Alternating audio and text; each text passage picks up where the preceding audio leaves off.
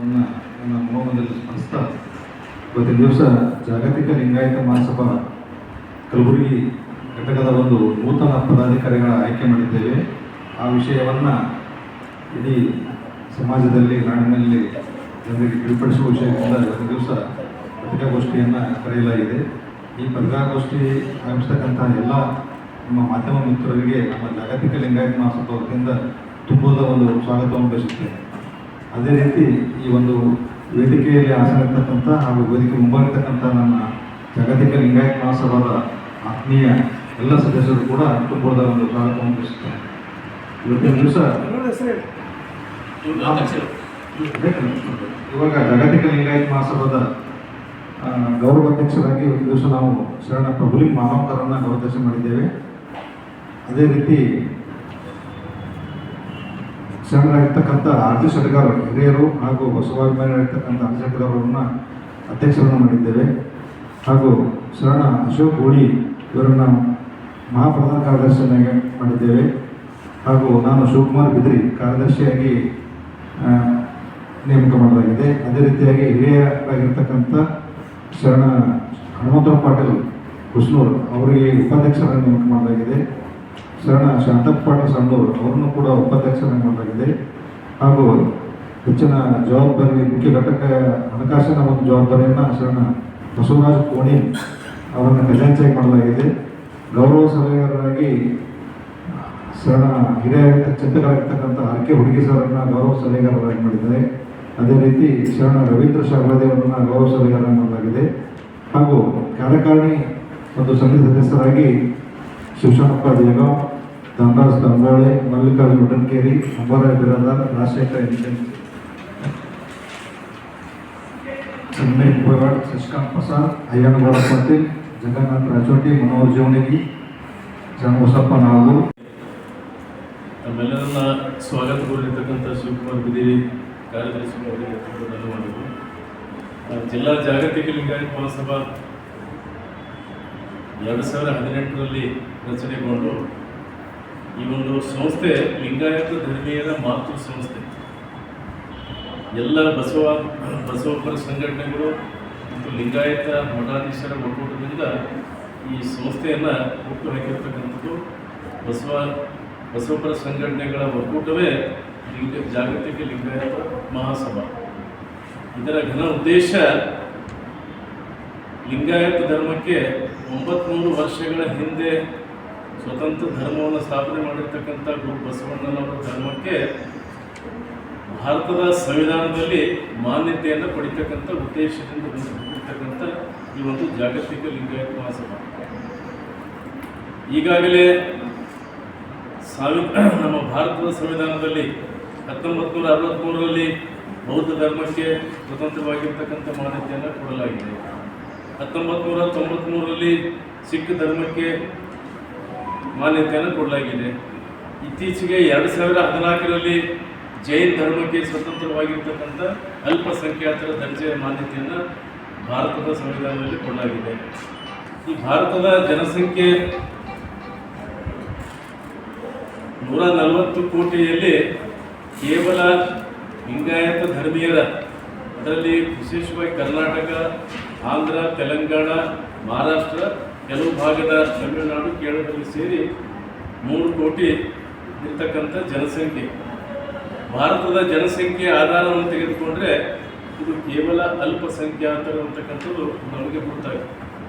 ಅಲ್ಪಸಂಖ್ಯಾತರ ಆಧಾರದ ಮೇಲೆ ಕೊಡ್ತಕ್ಕಂಥ ಮಾನ್ಯತೆಯನ್ನು ಈ ಒಂದು ಲಿಂಗಾಯತ ಧರ್ಮಕ್ಕೆ ಕೂಡ ಸ್ವತಂತ್ರ ಧರ್ಮದ ಮಾನ್ಯತೆಯನ್ನು ಕೊಡಬೇಕು ಅಂತಕ್ಕಂಥ ಉದ್ದೇಶದಿಂದ 2017ರಲ್ಲಿ ಇಡೀ ಕರ್ನಾಟಕದಾದ್ಯಂತ ಬೃಹತ್ ರ್ಯಾಲಿಗಳನ್ನು ಮಾಡಿ ಕರ್ನಾಟಕ ಮತ್ತು ನೆರೆಯ ಮಹಾರಾಷ್ಟ್ರದಲ್ಲಿ ಮತ್ತು ಜೊತೆಗೆ ಆಂಧ್ರದಲ್ಲಿ, ತೆಲಂಗಾಣದಲ್ಲಿ ರ್ಯಾಲಿಯನ್ನು ಮಾಡಿ ಆಗಿನ ಸಮಯದಲ್ಲಿ ಕರ್ನಾಟಕ ಸರ್ಕಾರ ನಾಗಮೋಹನ್ ದಾಸ್ ನಿವೃತ್ತ ಹೈಕೋರ್ಟಿನ ನ್ಯಾಯಾಧೀಶರು ಅವರ ನೇತೃತ್ವದಲ್ಲಿ 7 ಜನ ಸದಸ್ಯರನ್ನು ಒಳಗೊಂಡು ಒಂದು ಸಮಿತಿಯನ್ನು ರಚನೆ ಮಾಡಲಾಗಿದೆ. ಆ ಸಮಿತಿಯ ವರದಿಯನ್ನು ಆಗಿನ ಕರ್ನಾಟಕ ಸರ್ಕಾರ, ಈಗಿರ್ತಕ್ಕಂಥ ಕಾಂಗ್ರೆಸ್ ಸರ್ಕಾರ, ಸಿದ್ದರಾಮಯ್ಯನವರ ನೇತೃತ್ವದಲ್ಲಿರ್ತಕ್ಕಂಥ ಸರ್ಕಾರ ಲಿಂಗಾಯತ ಧರ್ಮಕ್ಕೆ ಇದು ಸ್ವತಂತ್ರದ ಮಾನ್ಯತೆಯನ್ನು ಕರ್ನಾಟಕ ಸರ್ಕಾರ ಘೋಷಣೆ ಮಾಡಿ ಕೇಂದ್ರ ಸರ್ಕಾರಕ್ಕೆ ಮಾನ್ಯತೆಗಾಗಿ ಕಳಿಸಿಕೊಡಲಾಗಿತ್ತು 2018ರಲ್ಲಿ. ಆದರೆ ಕೇಂದ್ರ ಸರ್ಕಾರದಲ್ಲಿ ಈಗಿರ್ತಕ್ಕಂಥ ಸರ್ಕಾರ 2018ರಲ್ಲಿ ಕೂಡ ಇತ್ತು. ಆಗಿನ ಸರ್ಕಾರ ಸಕಾರಣವನ್ನು ಕೊಡದೆ ಆ ಒಂದು ಅರ್ಜಿಯನ್ನು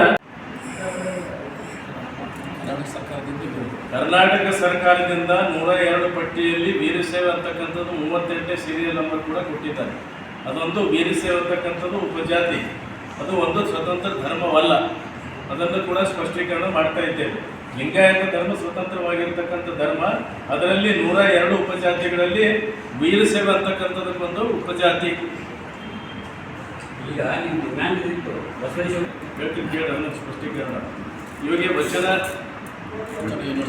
ವಚನ ಏನಪ್ಪ ಅಂದರೆ ಯೂನಿವರ್ಸಿಟಿ ವಿಶ್ವವಿದ್ಯಾಲಯ ವಚನ ಸಾಹಿತ್ಯದ ಸ್ವತಂತ್ರವಾಗಿರ್ತಕ್ಕಂಥ ವಿಶ್ವವಿದ್ಯಾಲಯನ ಬಸವ ಕಲ್ಯಾಣದಲ್ಲಿ ಬಜೆಟ್ನಲ್ಲಿ ಮಂಡನೆ ಮಾಡ್ತಕ್ಕಂಥದ್ದು ಮನವಿಯನ್ನು ಮಾಡಿದ್ದೇವೆ. ಅದಕ್ಕೆ ಸರ್ಕಾರ ನಮ್ಮ ಮುಖ್ಯಮಂತ್ರಿಗಳು ಅದಕ್ಕೆ ಒಪ್ಪಿದ್ದಾರೆ. ಅದನ್ನು ಈ ಬಜೆಟ್ನಲ್ಲಿ ನಾಳೆ ಬರ್ತಕ್ಕಂಥ ಬಜೆಟ್ನಲ್ಲಿ ಆಗ್ತಾ ಇದೆ.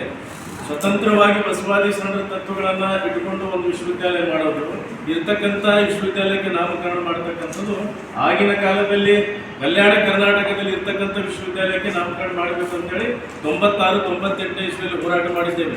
2 ವರ್ಷಗಳ ಕಾಲ ನಿರಂತರ ಕಲಬುರಗಿಯಲ್ಲಿ ಹೋರಾಟ ಮಾಡಿದ್ದೇವೆ. ಆಗಿನ ಕಾಲದಲ್ಲಿ ಆಗಲಿಕ್ಕಿಲ್ಲ ಅದು. ಆದರೆ ಈಗ ನಾವು ಸಂತೋಷ ಪಡ್ತಕ್ಕಂಥದ್ದು ವಚನ ಸಾಹಿತ್ಯದ ವಿಶ್ವವಿದ್ಯಾಲಯವನ್ನೇ ಆಗ್ತಾ ಇದೆ. ಅದರಿಂದ ಸಂಶೋಧನೆ ಮಾಡ್ತಕ್ಕಂಥದ್ದು ಬಸವಾದಿ ಶರಣರ ತತ್ವಗಳನ್ನು ಪ್ರಚಾರ ಮಾಡ್ತಕ್ಕಂಥದ್ದು ಕೂಡ ಇನ್ನೂ ಹೆಚ್ಚಿನ ಮಟ್ಟದಲ್ಲಿ ಆಗ್ತಾ ಇದೆ. ಈಗ ಬರ್ತಕ್ಕಂಥ ಅನುಭವ ಮಂಟಪ 12ನೇ ಶತಮಾನದಲ್ಲಿ ಯಾವ ಅನುಭವ ಮಂಟಪ ಇತ್ತು? ಆಗಿನ ಕಾಶ್ಮೀರದಿಂದ ಕನ್ಯಾಕುಮಾರಿವರೆಗೆ ಅಫ್ಘಾನಿಸ್ತಾನದಿಂದ ಬಂದಿರತಕ್ಕಂಥವ್ರು ಅಂತಂದ್ರೆ ಅನುಭವ ಮಂಟಪದಲ್ಲಿ ಇದ್ದರು. ಈಗ ನೂತನವಾಗಿ ಕರ್ನಾಟಕ ಸರ್ಕಾರ 700 ಕೋಟಿ ರೂಪಾಯಿ ಅನುಭವ ಮಂಟಪನ ಇನ್ನು ಕೆಲವೇ ದಿನಗಳಲ್ಲಿ 70% ಕೆಲಸ ಆಗಿದೆ. ಈಗ ಅನುಭವ ಮಂಟಪ ಆದ ಮೇಲೆ ಕೇವಲ ಕರ್ನಾಟಕ ಅಷ್ಟೇ ಅಲ್ಲ, ಭಾರತ ಅಷ್ಟೇ ಅಲ್ಲ, ಪಾಶ್ಚಿಮಾತ್ಯ ಪ್ರದೇಶಗಳಿಂದ ರಾಷ್ಟ್ರಗಳಿಂದ ಕೂಡ ಅನುಭವ ಮಂಟಪ ನೋಡಲಿಕ್ಕೆ ಬರ್ತಾ ಇದ್ದಾರೆ. ಈಗಿನ ಪಾರ್ಲಿಮೆಂಟ್ 21ನೇ ಶತಮಾನದ ಪಾರ್ಲಿಮೆಂಟ್ 12ನೇ ಶತಮಾನದ ಪಾರ್ಲಿಮೆಂಟ್ ಮಾದರಿಯಲ್ಲಿದೆ. ಅವಾಗ ಏನು ಬಸವಾದಿ ಶರಣರ ಸಂಕಲ್ಪನೂ ಇತ್ತು, ಈಗ ಪಾರ್ಲಿಮೆಂಟ್ನಲ್ಲಿ ಕೂಡ ಅವೇ ಇರ್ತವೆ ಅಂತೇಳಿ ಅಲ್ಲಿ ಕೂಡ ಏನಂದರೆ ಅನುಭವ ಮಂಟಪದ ಫೋಟೋವನ್ನು ಹಾಕಿದ್ದಾರೆ. ಇದರಲ್ಲಿ ಅಲ್ಲಿ ಕೂಡ ಏನಂದರೆ ಬಸವಣ್ಣನವರ ಫೋಟೋ ಕೂಡ ಹಾಕಲಿಕ್ಕೆ ನಾವು ಪ್ರಯತ್ನವನ್ನು ಮಾಡ್ತಾ ಇದ್ದೇವೆ ಅಂತಕ್ಕಂಥ ತಮ್ಮ ಗಮನಕ್ಕೆ ತರ್ತೇವೆ. ರೈಟ್, ಮರಳಿ ಕಳಿಸಲಾಗಿದೆ. ಏಕೆ ಅಂತಂದರೆ ಲಿಂಗಾಯತ ಧರ್ಮದಲ್ಲಿ 102 ಉಪ ಜಾತಿಗಳಿವೆ, ಉಪ ಪಂಗಡಗಳಿವೆ. ಅದರಲ್ಲಿ ಈಗಾಗಲೇ SC ST ರಿಸರ್ವೇಷನ್ ಬರತಕ್ಕಂಥ ಜಾತಿಗಳು ಕೂಡ ಲಿಂಗಾಯತ ಧರ್ಮದಲ್ಲಿವೆ. ಅವರಿಗೆ ಯಾವ ರೀತಿ ಸೌಲಭ್ಯನ ವಂಚಿತರಾಗ್ತಾರೆ ಅಂತಕ್ಕಂಥ ಪ್ರಶ್ನೆ ಇಟ್ಕೊಂಡು ಆ ಒಂದು ಅರ್ಜಿಯನ್ನು ಕೇಂದ್ರ ಸರ್ಕಾರ ನಮ್ಮ ಕರ್ನಾಟಕ ಸರ್ಕಾರಕ್ಕೆ ಮರಳಿ ಕಳಿಸಲಾಗಿದೆ. ಅದು ಸಕಾರಣ ಅಲ್ಲ. ಯಾಕಂದರೆ ಈಗ ಅನೇಕರು ಏನಪ್ಪ ಅಂದರೆ ಕ್ರಿಶ್ಚಿಯನ್ ಧರ್ಮಕ್ಕೆ ಶೆಡ್ಯೂಲ್ ಕಾಸ್ಟ್ನಲ್ಲಿ ಇರ್ತಕ್ಕಂಥವ್ರು ಕೂಡ ಮತಾಂತರಗೊಂಡಿದ್ದಾರೆ. ಅವರಿಗೆ ಯಾವುದೇ ಸೌಲಭ್ಯಗಳನ್ನು ವಂಚಿತರಾಗಿಲ್ಲ. ಅವರಿಗೆ ಮೂಲತಃ ಇರತಕ್ಕಂಥ ಸೌಲಭ್ಯಗಳನ್ನು ಅದೇ ರೀತಿ ಮುಂದುವರಿತಾ ಇದೆ.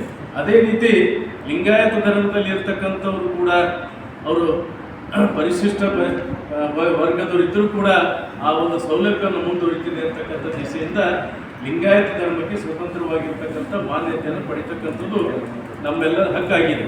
ಅದಕ್ಕೆ ಈಗಿನ ಪ್ರಸ್ತುತ ಸರ್ಕಾರಕ್ಕೆ ಮೊನ್ನೆ ತಾನೇ ವಿಜಯನಗರದಲ್ಲಿ ಜನವರಿ 25ನೇ ತಾರೀಕು ನಮ್ಮ ಕೇಂದ್ರ ಸಮಿತಿ ಜಾಗತಿಕ ಲಿಂಗಾಯತ ಮಹಾಸಭಾ ಕೇಂದ್ರ ಸಮಿತಿಯ ಒಂದು ಕಾರ್ಯಕಾರಿ ಮಂಡಳಿ ಸದಸ್ಯರಲ್ಲಿ ಸಭೆಯಲ್ಲಿ ನಿರ್ಣಯವನ್ನು ತೆಗೆದುಕೊಂಡಿದೆ.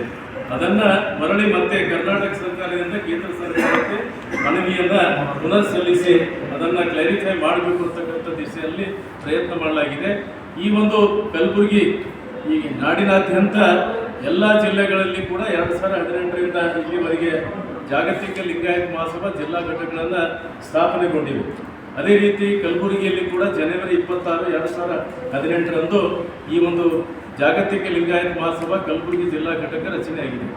ಈಗ ಪ್ರಸ್ತುತ 8 ವರ್ಷಗಳ ಅವಧಿಯಲ್ಲಿ ಕಲಬುರಗಿಯಲ್ಲಿ ಬಸವ ಜಯಂತಿ, ಬಸವಾದಿ ಶರಣರ ಜಯಂತಿಗಳನ್ನು, ಶರಣ ಸಂಗಮ ಕಾರ್ಯಕ್ರಮಗಳನ್ನು, ಅನೇಕ ಸಾಮಾಜಿಕವಾಗಿರತಕ್ಕಂಥ ಧಾರ್ಮಿಕ ಚಟುವಟಿಕೆಗಳನ್ನು ಮಾಡಲಾಗಿದೆ. ಈಗಲೂ ಏನಪ್ಪ ಅಂದರೆ ಈ ನಂತರ ಇನ್ನೂ ಹೆಚ್ಚಿನ ಕಾರ್ಯಕಲಾಪಗಳನ್ನು ಮಾಡಲಿಕ್ಕೆ ಯಾರಿಗೆ ಸಮಯವನ್ನು ಸಮಾಜಕ್ಕೆ ಧರ್ಮಕ್ಕೆ ಸಮಾಜಕ್ಕೆ ಸಮಯವನ್ನು ಕೊಡ್ತಕ್ಕಂಥವರ ಒಂದು ಜಿಲ್ಲಾ ಜಾಗತಿಕ ಲಿಂಗಾಯತ ಮಹಾಸಭಾ ಜಿಲ್ಲಾ ಘಟಕವನ್ನು ಪುನರಾರಚನೆ ಮಾಡಲಾಗಿದೆ. ಆದರೆ ತಮ್ಮ ಗಮನಕ್ಕೆ ಇರಬೇಕು, ನಮ್ಮ ಉದ್ದೇಶ ಏನಪ್ಪ ಅಂದರೆ ಕಲಬುರಗಿ ಜಿಲ್ಲೆಯ 10 ತಾಲೂಕುಗಳಲ್ಲಿ ಕೂಡ ಘಟಕಗಳನ್ನು ರಚನೆ ಮಾಡೋದ್ರ ಜೊತೆಗೆ ಹೋಬಳಿ ಮಟ್ಟದಲ್ಲಿ ಗ್ರಾಮ ಮಟ್ಟಕ್ಕೆ ಏನಪ್ಪ ಅಂದರೆ ಈ ಮೂಡಿಸ್ತಕ್ಕಂಥ ಒಂದು ಯೋಜನೆಯನ್ನು ರೂಪಿಸಿ ಈಗಾಗಲೇ